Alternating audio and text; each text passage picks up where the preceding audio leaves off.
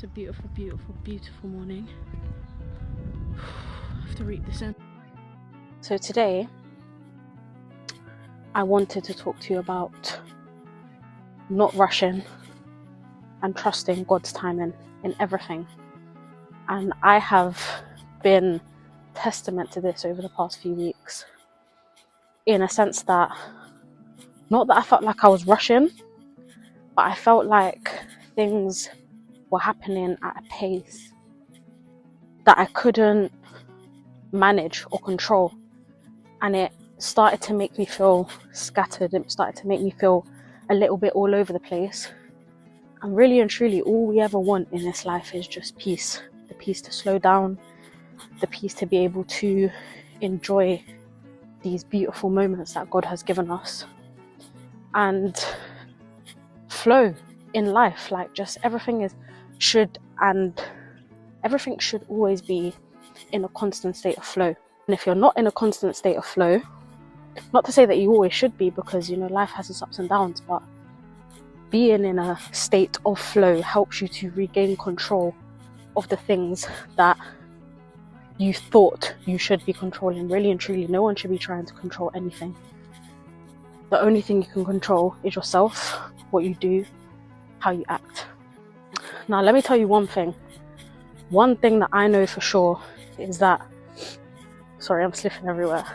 God's timing is and always will be ultimately perfect, right on time, because there's been so many times I felt like I'm in situations where, why isn't this happening for me? I'm putting in so much work, I'm putting in so much effort, but still yet I feel like I'm not reaping the rewards, or I'm not seeing the fruit on the tree of the seed that I've been sowing and working so hard to water. And what I realize now that I didn't realize at the time was all of the hardship, the drought, when you've planted a seed, you're watering it and you're sowing it and you're seeing no results, no fruit to eat. In that time, you are being tested. Your patience is being tested. Your endurance, your commitment to the thing is being tested. Your commitment to this crop, to this harvest is being tested. And you are being tested because only through resistance and when things break down can they become repaired and be strong again. Guys, how the hell am I going to get through this now? How the hell am I going to get through this? Oh, God. Oh, stab myself in the back. Oh, God. Jesus. Just stab myself in the back. Anyway, yes. You are being tested because your muscles for said thing, your metaphorical muscles need to be strengthened before you can excel at said thing. Like, do you think a pilot knows how to fly a plane overnight by just looking at YouTube, looking at a couple of control panels, going to school for a month? No, he has to be trialed, tested, rigorous conditions to be able to know that he can be trusted with the responsibility of carrying hundreds of passengers on a flight at any one time, because that's a big responsibility. You can't just fly a plane overnight and be trusted with the responsibility in the lives of however many said passengers. No, if your calling is big and your legacy is big, right, it's going to take time for you to strengthen the muscle, for you to actually go then and have the responsibility, the level of responsibility, the level of discipline that it takes for you to have such responsibility. I don't know, obviously we're talking metaphorically here, but if your life's purpose is to help others in a big way, that is going to come with a lot of responsibility. So do not stress the amount of time that it's taken, okay? Remember, we're on God's timing, not your timing. God made the earth, the heavens, the earth, all of this in 7 days, right? And I've had so many experiences where God will humble you quickly, right? But you need to understand that you're rushing and God's not. And the only reason you feel out of alignment is because you're rushing and God's not. You are also leaning way too much on your own understanding of the world, because the love of the universe is a love that is disciplinary, like a parent. You know, you don't always get the thing that you want straight away. You know, you might have to go bed early, you might have to eat your greens when you don't want to, etc., etc. But ultimately, everything that is being done is to shape you into a better human, okay?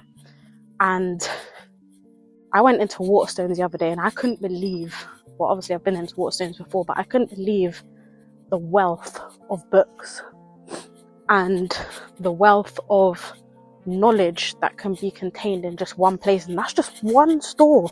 Imagine the libraries and knowledge and stuff that we don't know, in fields and industries that we don't know about. Like, there is so much to this earth, so much to understand and to know. And when we actually get to grips and realize we are so small in this big universe, we then will understand that things actually don't matter as much as we think they do.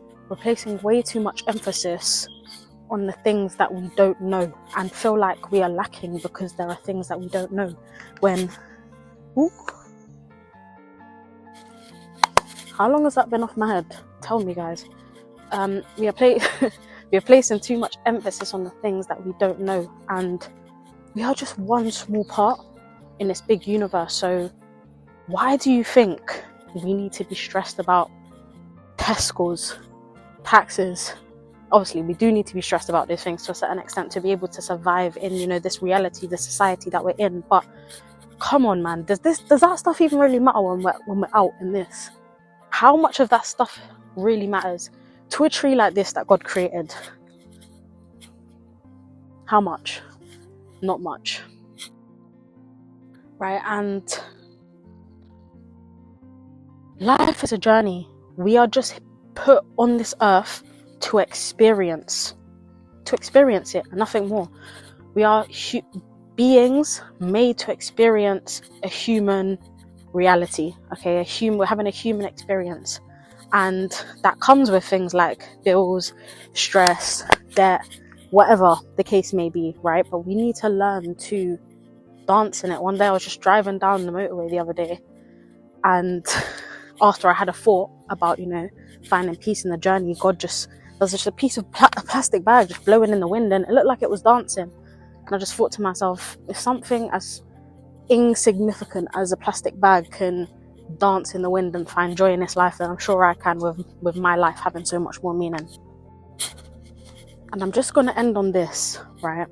I'm just going to stop here for a minute because I feel drawn to this spot. But your emotions are the ultimate intuition, the ultimate sat-nav, the ultimate guidance to know whether you're making the right or the wrong decisions in life. If your intuition is screaming at you when you're about to make a decision, obviously there are going to be said nerves associated with big decisions, but your intuition will tell you whether you're making the right decision or the wrong decision. And if you feel like you are right, you are right. If you feel like you are wrong, okay?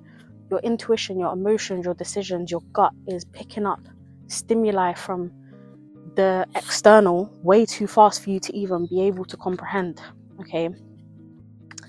And when you feel scattered or you feel like things are all over the place, you're rushing. Slow down.